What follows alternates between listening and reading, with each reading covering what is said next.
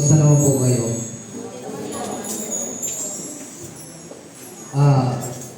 Ngayong linggo ay pinagdiriwang din natin, bagamat yun ay kahapon, ika-122 taon ano po ng proclamation ng ating simbahang Iglesia Pilipina Independiente. Palakpakan po natin ang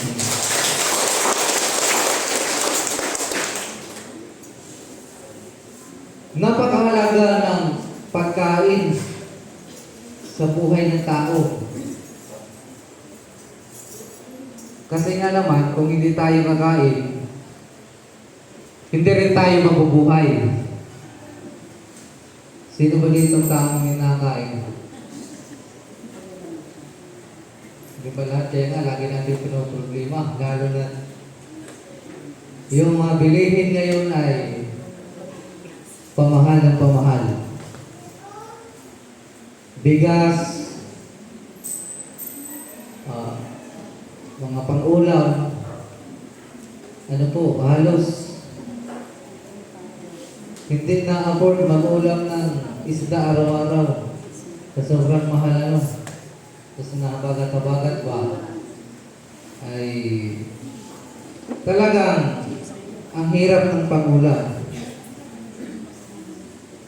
Kaya tuloy tayo bilang isang tao ay laging abala sa kakahanap buhay para lamang ma-meet yung mga needs natin.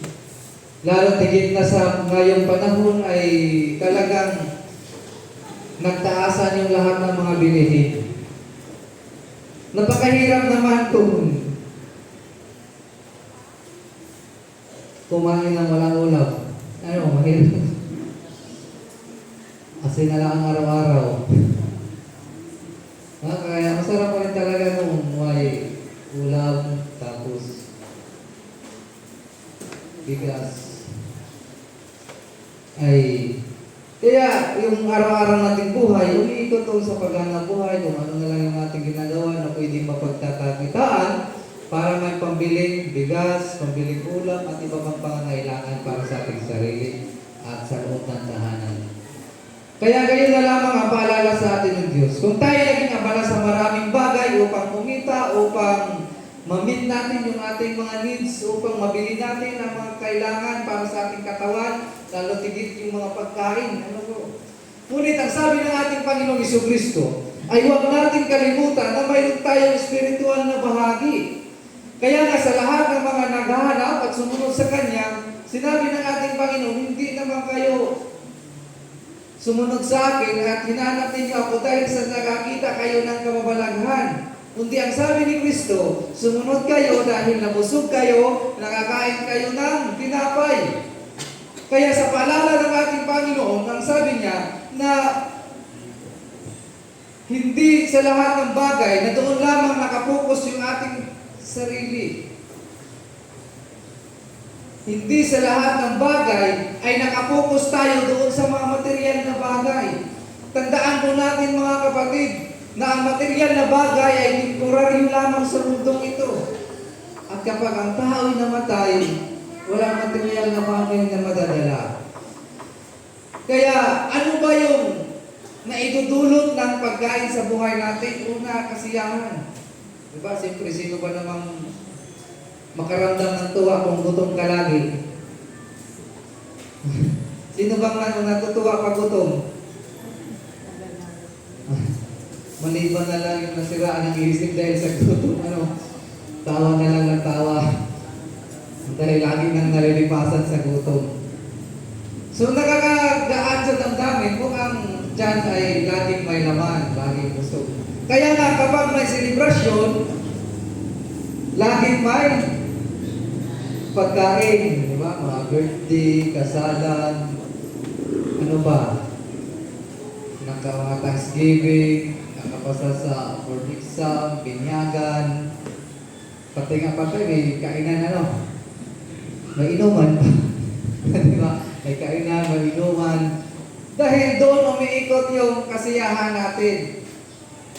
Ngunit sa paalala ni Kristo, na dapat yung pang-araw-araw nating buhay ay hindi dapat kaligtaan yung espiritual na pangangailangan ng tao. Kaya kasi ang pahayag sa atin ngayon ng Panginoon na sinasabi niya na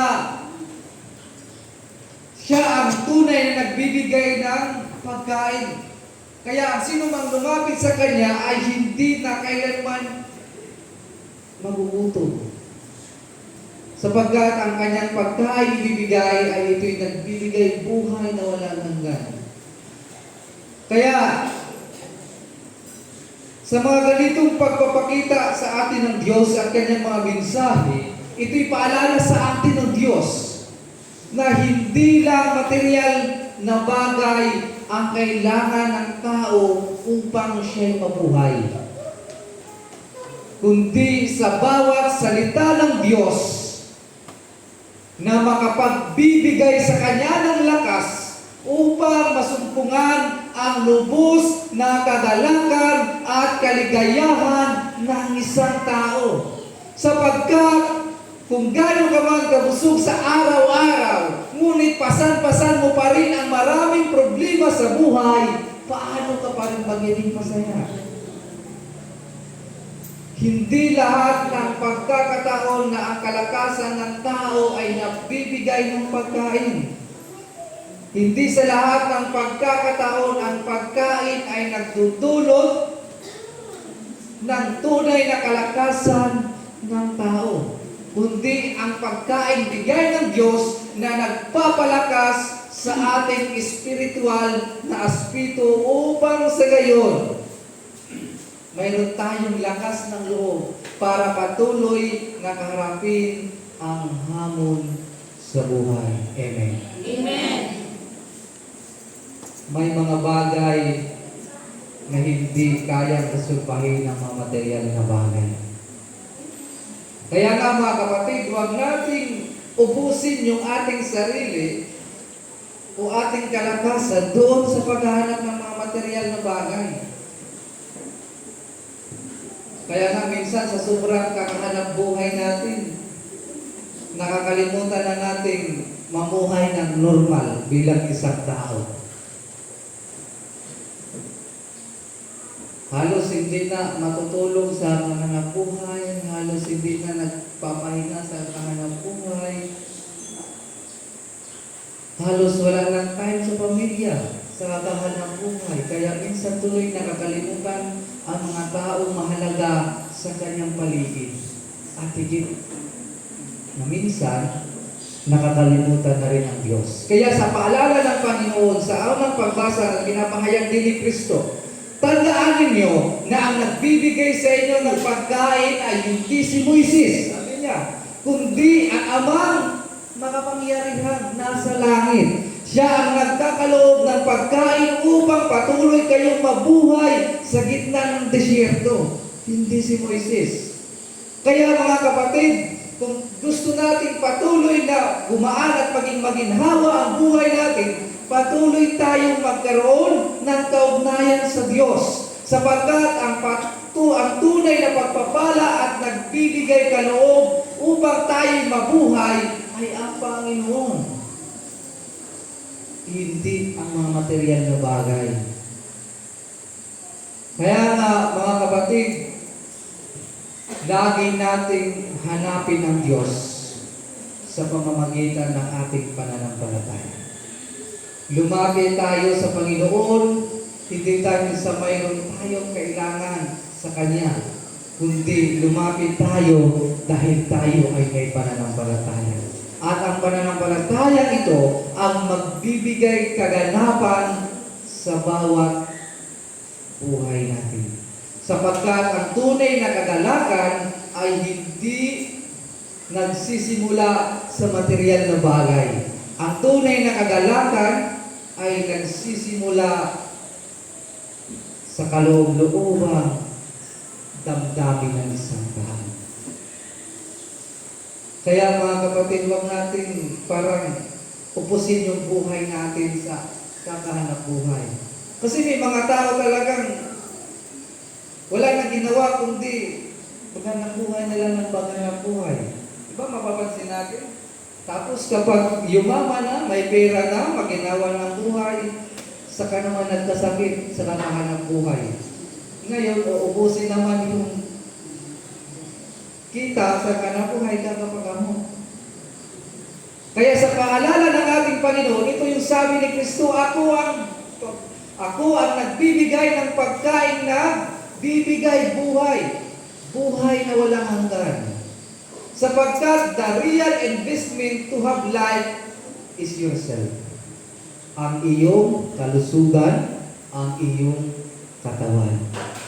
Sapagkat kung ang katawan mo ay malusog, ang katawan mo ay masigla, ang katawan mo ay malakas, makakapaghanap buhay ka ng maayos.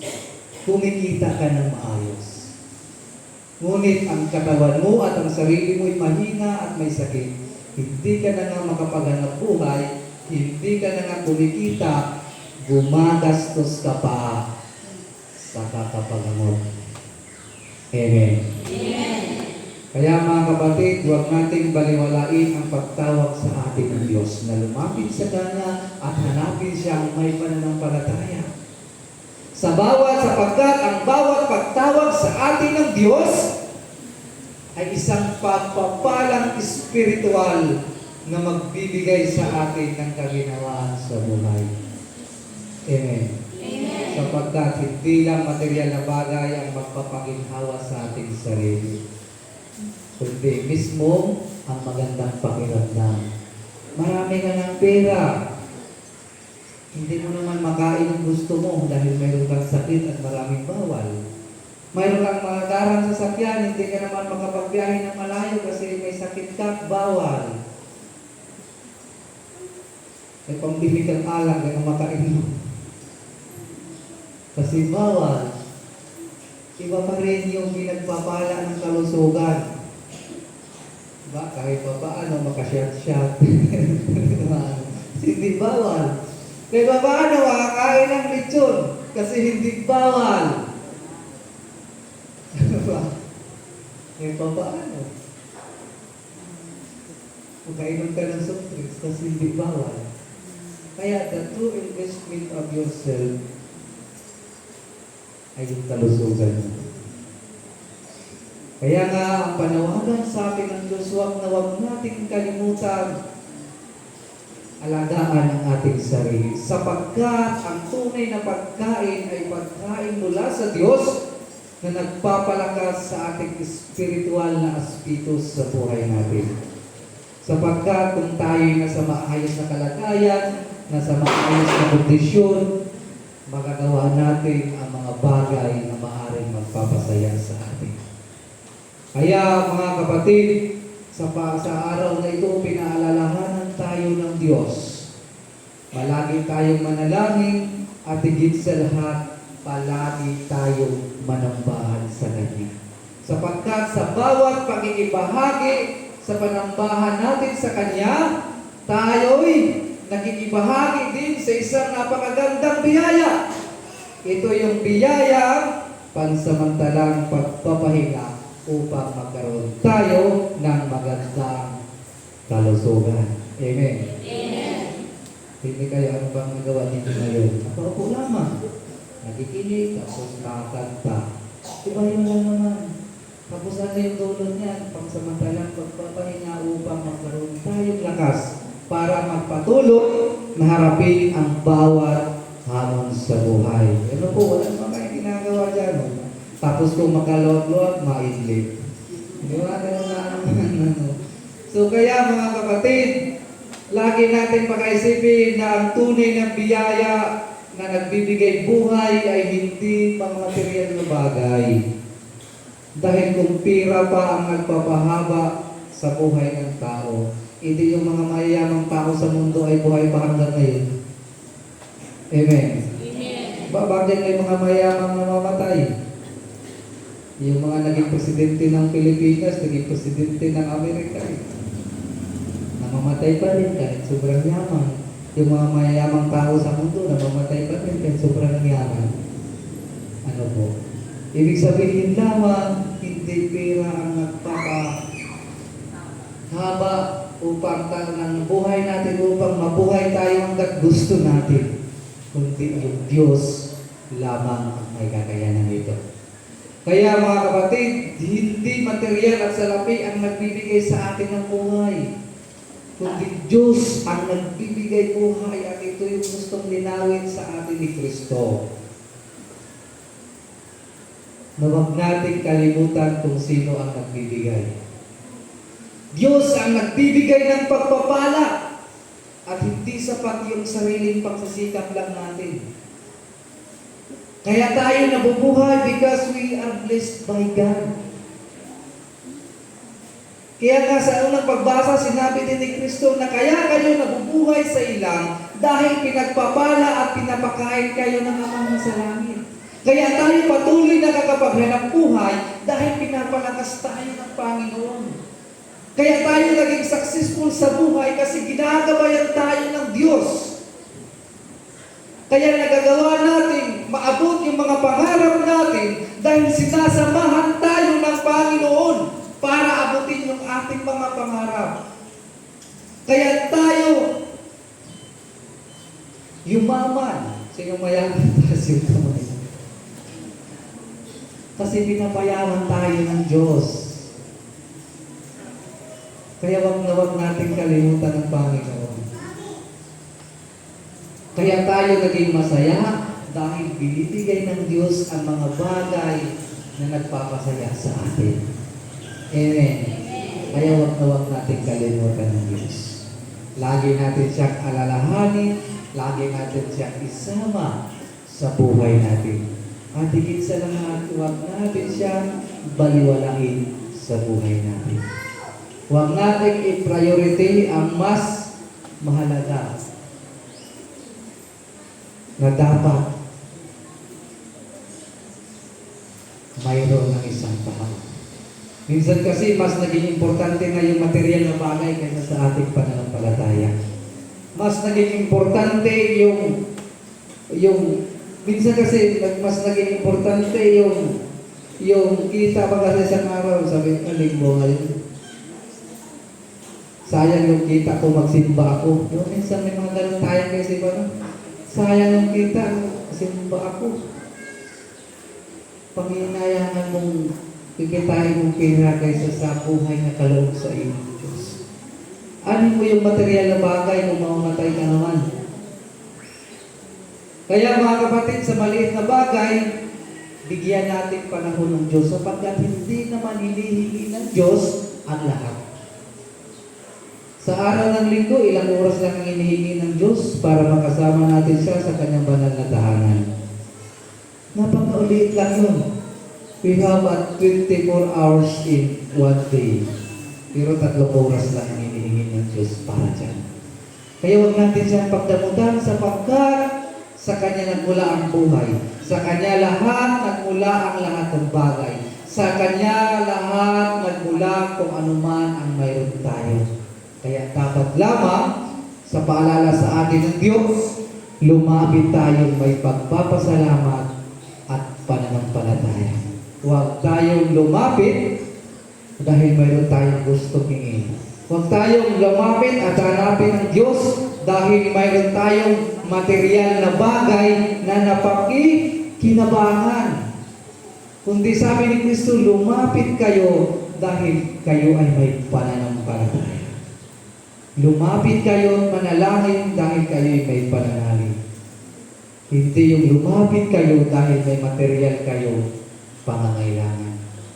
Lumapit tayo sa Diyos sapagkat ang ating pananampalataya ang maging daluyan ng biyaya sa araw-araw na buhay natin. Sa pangalan ng Ama, ng Anak at ng Espiritu Santo. Amen. Magsitayo po ang lahat at ating pag-itin ang sumasampalataya. Tayong lahat. Sumasampalataya tayo sa isang Diyos sa mga makapangyarihan. Naluminga ang langit at ang nagigita at di nagigita. Sumasampalataya tayo sa isang Panginoong Jesucristo. Bukod na anak ng Diyos na mula sa mga kalupahan simula ang panahon. Diyos buhat sa Diyos, liwanag buhat sa liwanag. Diyos na totoo, buhat sa Diyos na totoo. Inianak, hindi nilikha, isa sa mga Diyos ng Ama. Sa pamamagitan niya ay nilikha ang lahat, na para sa ating mga tao, sa ating kaligtasan, ay nanaot siya buhat sa langit. Sa pamamagitan ng kapangyarihan ng Espiritu Santo, ay pinanganak siya ni Maria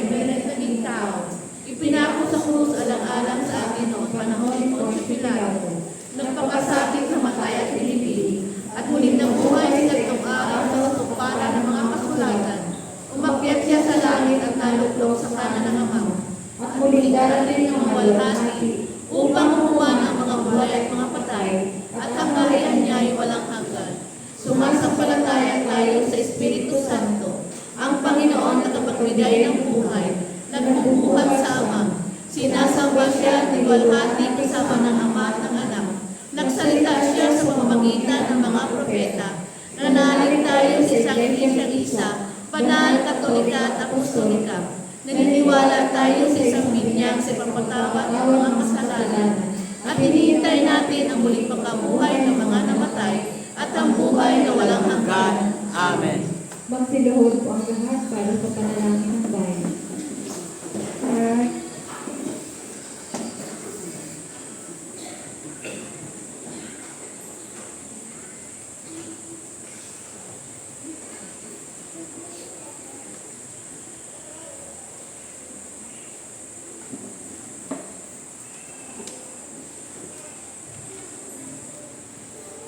Sa bawat panalangin ng ating kong itutugon, Panginoon, digin mo kami. Ulitin ko natin.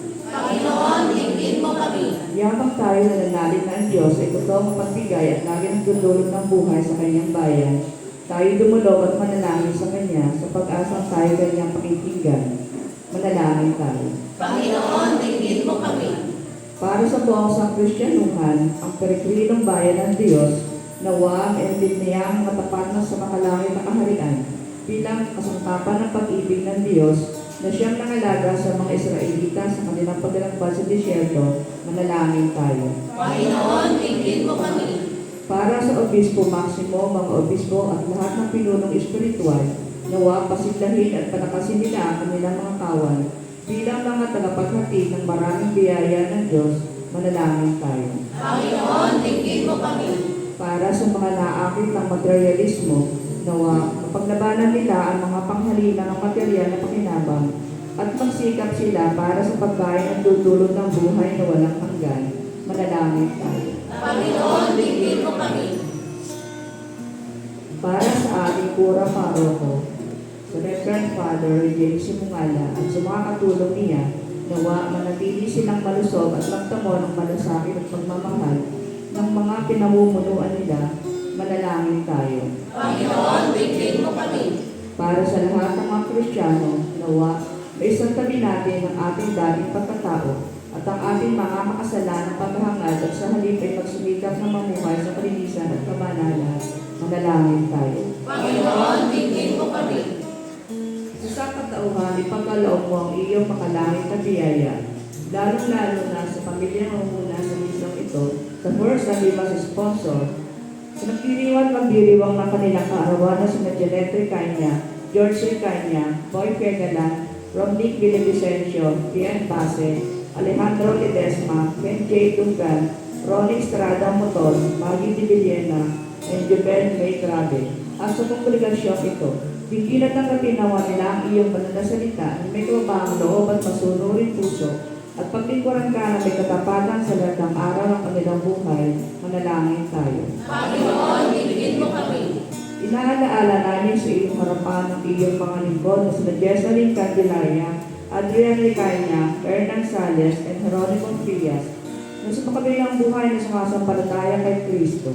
Sinasaan na namin igawan ko sa kanila ang patuloy na pagyabong sa pag-ibig at paglilingkod sa iyo. Manalangin tayo. Panginoon, tingin mo kami.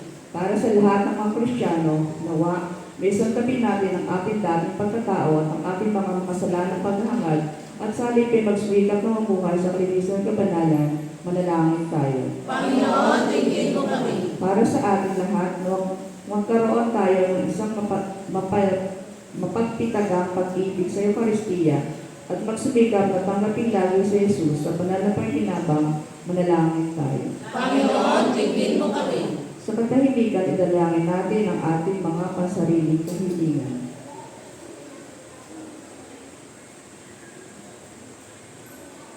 Manalangin tayo.